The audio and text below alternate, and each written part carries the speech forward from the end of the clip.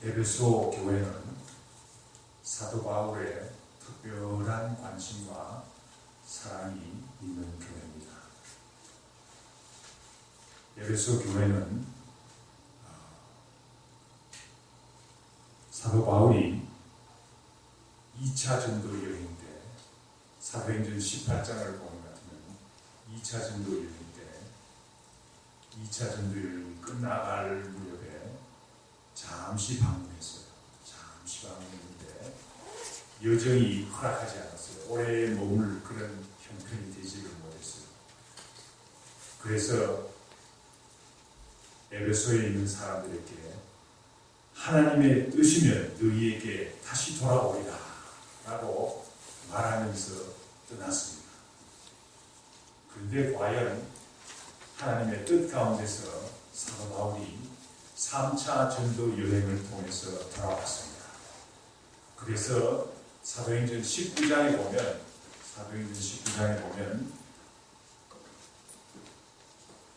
사도 바울이 에베소 교회에서 전도한 이야기로 꽉 차 있습니다. 19장 전체가 에베소 교회에서 전도한 일로 꽉 차 있는 것을 볼 수 있습니다. 여러 가지 전도의 열매들이 맺혔지만 그 중에서도 특별히 전도의 열매를 맺힌 것은 마술 행하는 많은 사람들이 있었는데, 마술 행하는 그 당시에 마술을 말이죠. 연구도 하고 책을 보고 연구도 하고 그래서 마술을 행했는데, 그 마술 행하던 사람들이, 많은 마술을 행하던 사람들이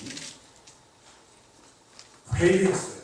회개해서 예수님께 돌아왔어요. 예수님께 돌아와서 그 마술을 행하던, 마술을 연구하던 그 책들을 다 불살라버렸어요. 그런데 그 얼마나 많은 책들을 불살랐는지 그 책값이 말이죠. 불살은 그 책값이 은 5만에 해당한다고 성경은 기록하고 있어요. 아마도 그 책을 불살할 때, 그 값비싼 책들을 불살할 때 아마 굉장했을 것 같아요. 그 후에 사도행전 20장에 보는 것 같으면 사도 바울이 3년간 에베소에서 전도를 하고 목회를 하고 그렇게 하다가 사도행전 20장에 보는 것 같으면 고별 설교가 나왔는데, 밀레도에서 에베소 교회 장로들에게 행한 고별 설교는 눈물 없이는 읽지 못하는 그런 감격적인 은혜스러운 고별 설교를 하는 것을 볼 수 있습니다. 이와 같이 에베소 교회는 사도 바울의 특별한 관심과 사랑이 있는 그런 곳이었어요. 그런 교회였어요. 그래서 오늘 본문 말씀에 보면, 3절 말씀에 보면 에베소 교인들에게 하나님 아버지께서 주신, 그리스도 안에서 주신 하늘의 신령한 복을 상기시키면서 찬송하라고 했어요. 찬송하리로다. 우리 3절 말씀 우리 다 같이 한번 읽어보겠습니다. 찬송하리로다. 하나님 곧 우리 주 예수 그리스도 아버지께서 그리스도 안에서 하늘에 속한 모든 신령한 복을 우리에게 주시되, 하늘에 속한 신령한 복을 상기시키면서 하나님께서 주신 하늘에 속한 신령한 복을 찬송하라고 했습니다. 하늘에 속한 신령한 복이 어떤 복입니까? 하늘에 속한 신령한 복은 이 땅의 복과는 비교할 수 없는 것. 이 땅의 복과는 비교할 수 없어요. 우리가 이 세상에 살면서 이 땅의 복들을 전혀 무시하고 살 수 없는 것 같이 보이지만, 그러나 우리가 기억해야 될 것은 하늘에 속한 신령한 복이 얼마나 귀하다는 사실을 우리는 잊어버려서는 안 되겠어요. 찬송하며 사는 그런 성도들이 되어야 되겠습니다. 이 세상 사람들은 세상의 복을 이야기하고 있습니다. 세상의 복을 이야기하고 있어요. 우리가 이 땅에 살기 때문에 우리도 세상의 복을 이야기할 때 거기에 또 순간적으로 동조하지 않을 수가 없어요. 그러나 우리는 이 땅의 복이 얼마나 일시적인지 우리가 이것을 깊이 깨닫는 귀한 시간이 되기를 바랍니다. 세상 사람들은 흔히 말이죠. 돈을 많이 벌면 복 받았다고 그러죠. 돈을 많이 벌면 복 받았다고. 그래서 로또가 당첨이 돼서 수백만 불이 손에 들어오는 것 같으면 복이 터졌다고 그래요. 복이 터졌다는 말은 복을 그냥 송두리째 받았다는 그런 말이 아니겠습니까? 복이 터졌다고 그러는데 사실상 로또 당첨이 된 사람들을 잘 연구를 해보면 그 결과가 말이죠. 불행한 사람들이 훨씬 더 많아요.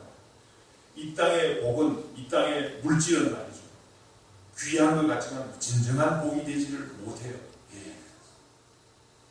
어떤 사람들은 높은 관직에 올라가는 것 같으면 야, 그 복 받은 사람이다. 이렇게 생각하는 사람들이 있어요. 예. 그런데 제가 아는 어떤 군인이 있는데 이 사람은 말이죠. 초급 장교 시절에는 열심히 열심히 성실하게 일을 했어요.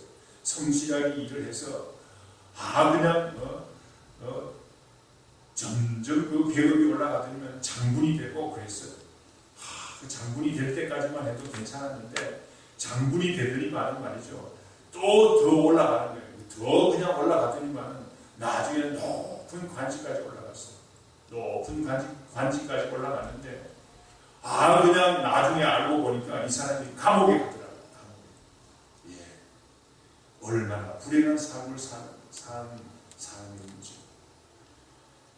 세상의 높은 명예와 관직은 우리의 진정한 복이 될 수 없어요. 일시적인 복밖에 될 수 없어요. 하늘에 속한 신령한 복이 우리에게는 진정한 복이라는 사실을 우리는 잊어버려서는 안 되겠어요.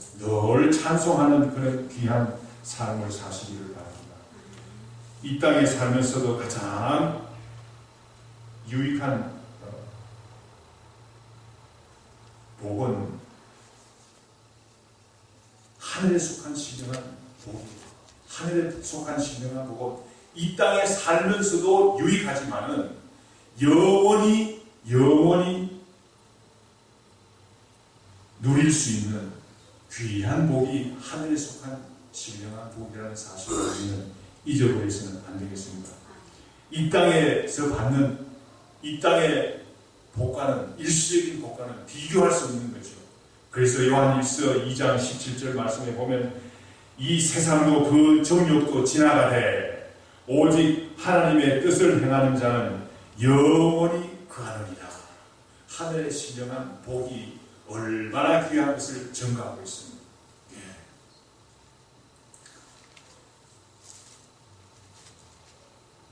그러면 하늘에 속한 신령한 복이 구체적으로 뭡니까? 하늘에 속한 신령한 복이 귀하다고 그러는데 하늘에 속한 신령한 복이 구체적으로 뭡니까?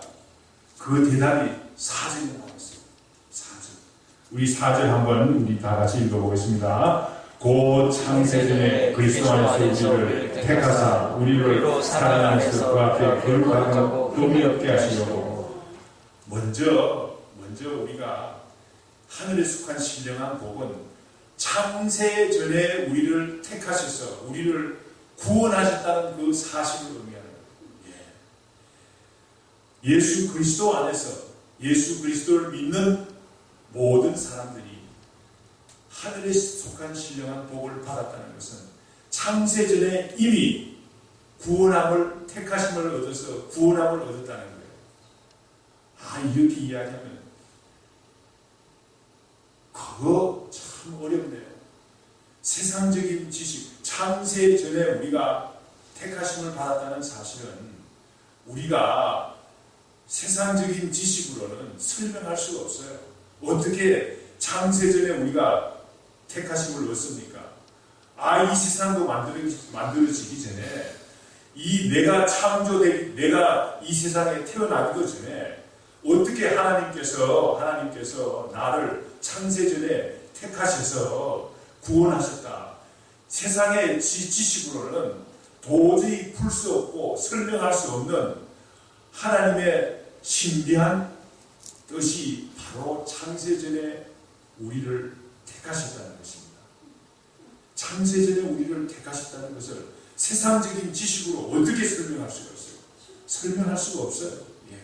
그러나 성경은 분명히 우리에게 창세전에 우리를 선택하셨다고 택하셨다고 분명히 증가하고 있어요. 예.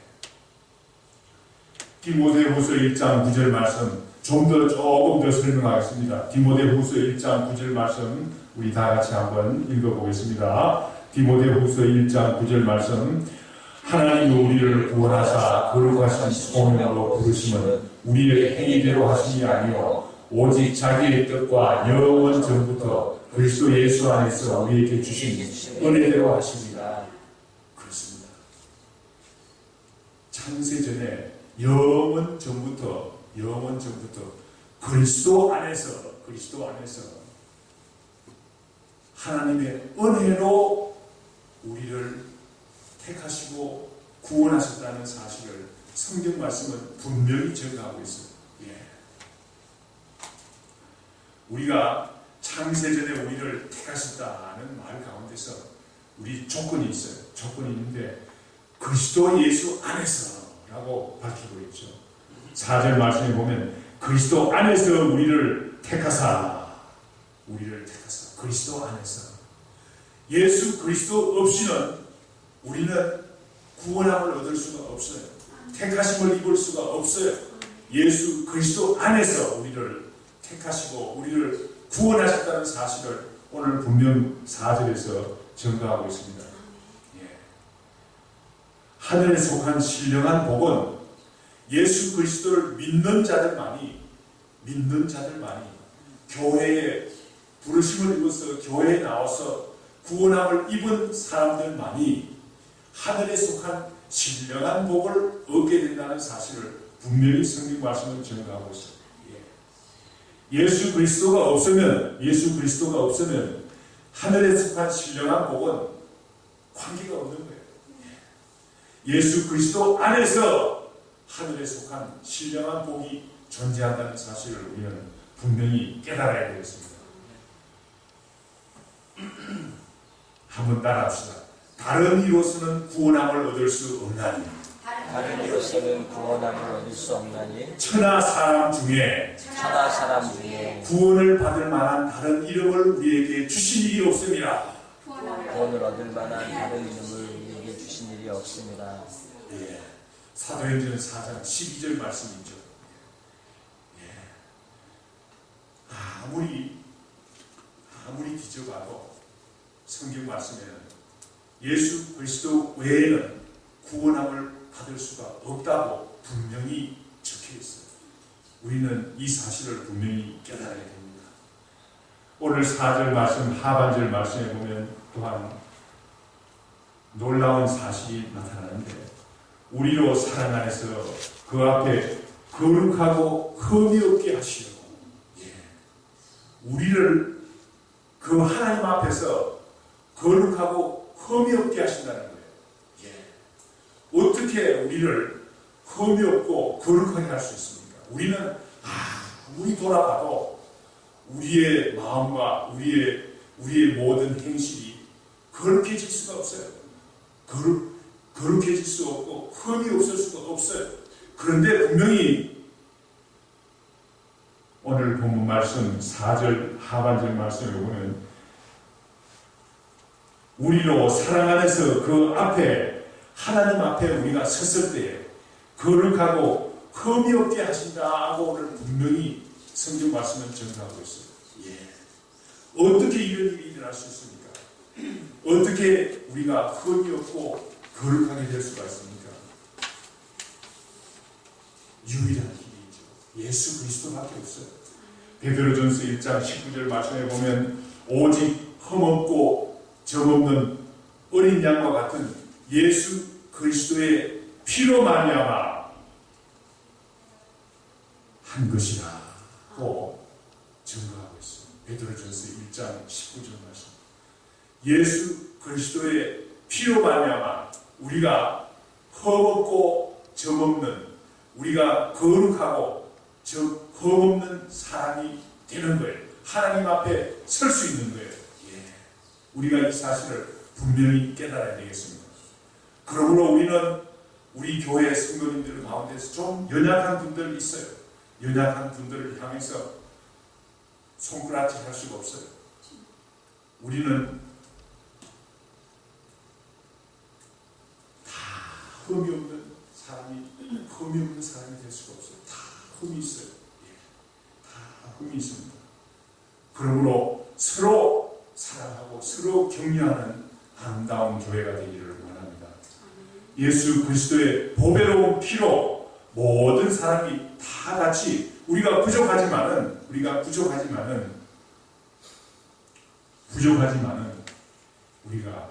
흠없고 죄없는 사람이 되는데 하나님 앞에서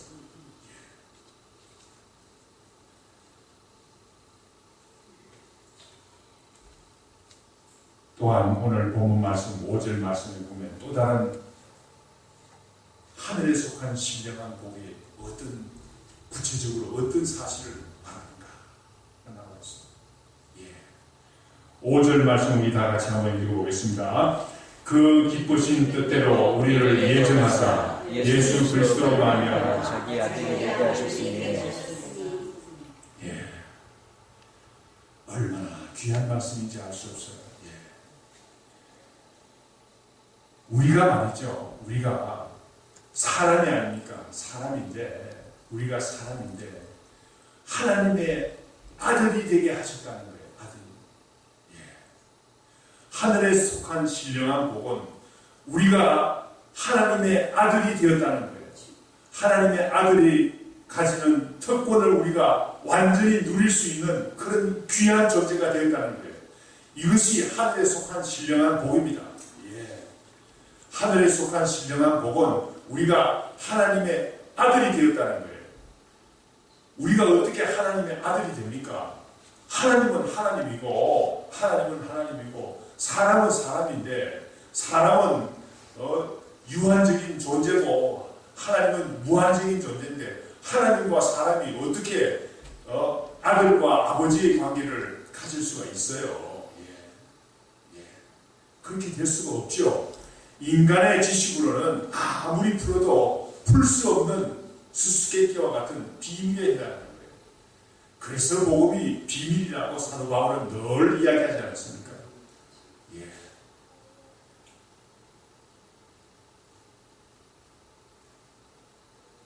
우리 믿는 사람들이 어떻게 하나님의 아들이 됐는가?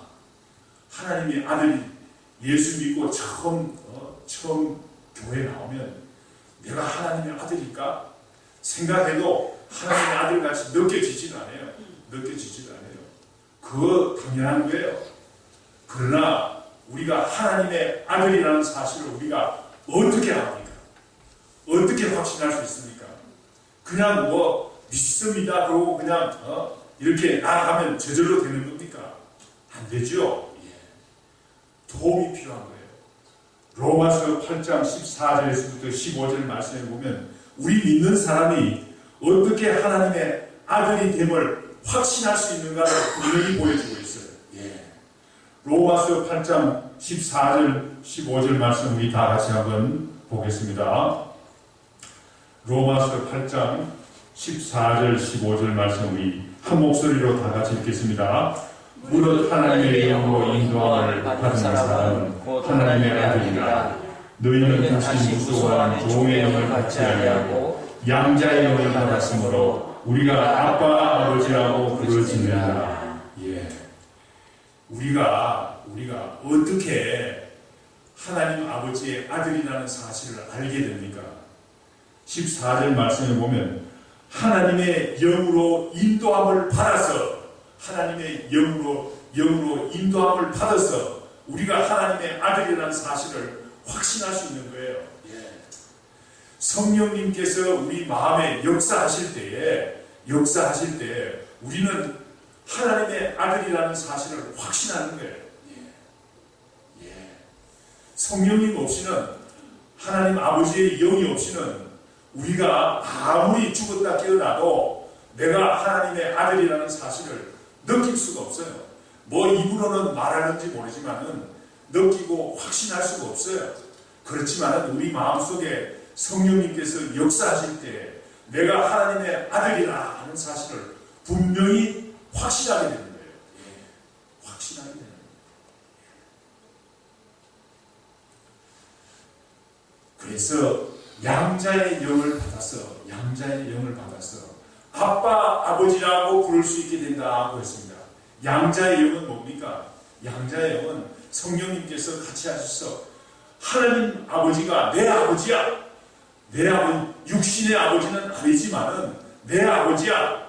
양자의 영을 받았다고 했어요. 그래서 양자지만은 하나님 아버지,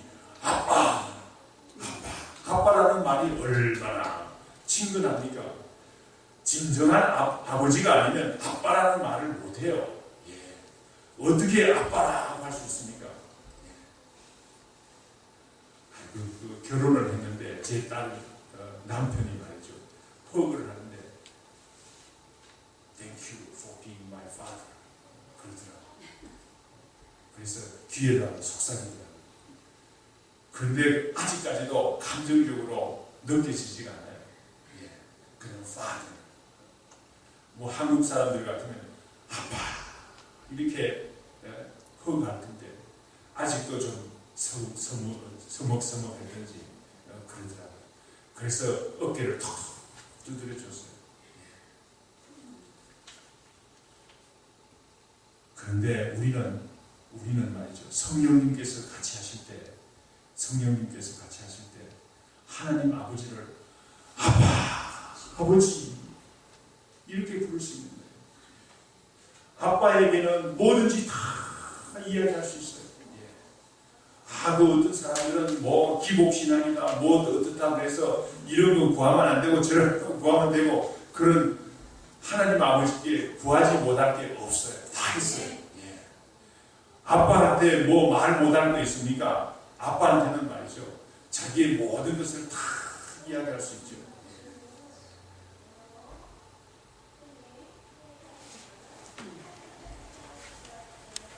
하나님 아버지를 아빠, 아버지라고 부를 수 있는 이것이 하늘에 속한 신령한 복이에요. 사도 바울이 말하는 하늘에 속한 신령한 복이 아니겠습니까? 에베소서를 썼을 당시에 로마 법에 의하면 양자는 말이죠. 양자는 그 당시에 이런 법이 로마 법이 그렇다고 그래요. 양자도 친자와 같이 똑같은 권리를 누린다는 것이 로마 법의 그 내용이라고 그럽니다. 제가 로마 법을 연구를 안 해봤지만은 로마 법에 의하면 양자도 친자와 똑같은 권리를 가지고 있다는 것이 로마 법이라고 해요. 에베소서를 쓰던 이 사도 바울은 그런 관념을 머리에 두고 우리가 하나님 아버지의 양자가 진정한 양자가 되었다는 사실을 증명하고 있어요. 그런데 5절 말씀에 잠시 지나가지만은 빼놓고 지나갈 수 없는 말인데 그 기쁘신 뜻대로 하나님께서 우리를 양자 삼으셨는데 그리스도 예수 안에서 양자를 삼으셨는데 그 기쁘신 뜻대로 자꾸 와서 말이지 아버지 저희 양아버지가 돼주세요. 뭐 아버지가 돼주세요. 아빠 아버지가 자꾸 조르니까 하나님 아버지께서 그래 그러면 아버지하고 아들 하자 뭐 이렇게 억지로 한 게 아니에요. 하나님께서 그 기쁘신 뜻대로 하나님께서 너 내 아들 하자 양자 하자 하나님께서 그 기쁘신 뜻대로 우리를 예정했다고 오늘 성경 말씀 5절 말씀에서 증거하고 있습니다.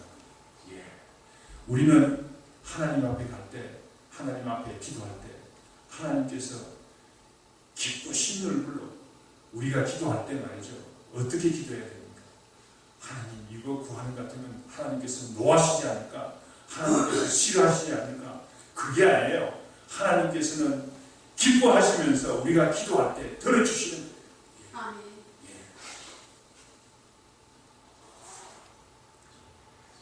너의 하나님 여호와가 너희 가운데 계시니 그는 구원을 베푸실 전능자시라. 그가 너로 인하여 기쁨을 이기지 못하시며, 우리 하나님께서는 우리가 하나님 아버지를 아버지라고 부를 때 하나님께서는 기쁨을 이기지 못하시는 거예요. 기쁨에 넘치는 거예요. 야 그래 그렇지. 기쁨을 이기지 못하시는 하나님이신 것을 우리는 분명히 깨달아야 되겠습니다. 하나님께서 우리에게 이렇게 하늘에 속한 신령한 복을 저희들에게 주시는 이유가 무엇입니까? 그 이유를 6절 말씀에서 증거하고 있어요. 6절 말씀 우리 다 같이 한번 읽어보겠습니다. 이는 그가 사랑하시는 자 안에서 우리에게 우리에게 거저 거저 주시는 주시는 바 그의 은혜의 영광을 영광을 찬송하게 하는 것이다. 하늘에 속한 신령한 복을 받았어요. 우리가. 야, 그거 신난다. 야, 그거 대단하다. 거기에서 그치는 것이 아니라 하나님께서 원하시는 게 있어요. 하나님께서 우리에게 신령한 복을 주시는 이유가 있어요. 그 이유가 뭡니까? 그 이유가 하나님의 은혜의 영광을 찬송하는 그 책임을 주셨어요.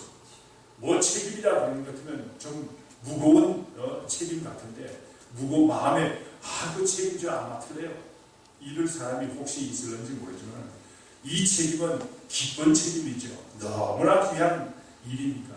여러분들 대통령이 말이죠. 여러분들에게 높은 관직을 주셨다고 그러는 것 같으면 그 기쁘게 받아서 열심히 일하지 않겠습니까? 그 마찬가지로 하나님께서 우리에게는 하늘에 속한 신령한 복을, 이 세상이 도저히 깨달을 수 없는 귀한 신령한 복을 주셨는데, 놀라운 하늘에 속한 신령한 복을 주셨는데 거절할 사람이 어디 있어요?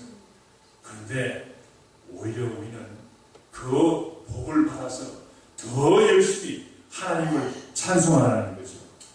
그냥 복받은 사람이 아니라는 가만히 있는 성도가 되지 말고 하나님의 영광을 찬양하는 그런 성도들이 되기를 간절히 축원합니다.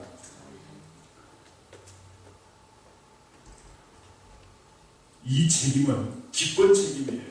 이 기쁜 책임은 왜 기쁩니까? 그리스도 안에서 거저 주셨기 때문에 기쁜 책임이에요. 하늘에 속한 신령한 복은 너무나 기쁜 책임입니다. 우리가 한 마음으로 하나님의 영광을 찬양하는 귀한 하늘에 속한 신령한 복을 만끽하는 우리 귀한 성도님들이 되기를 원합니다. 우리가 하나님을 어떻게 찬양합니까? 시편 150편 6절 말씀 우리 다 같이 한번 찾아보겠습니다. 시편 150편 6절 말씀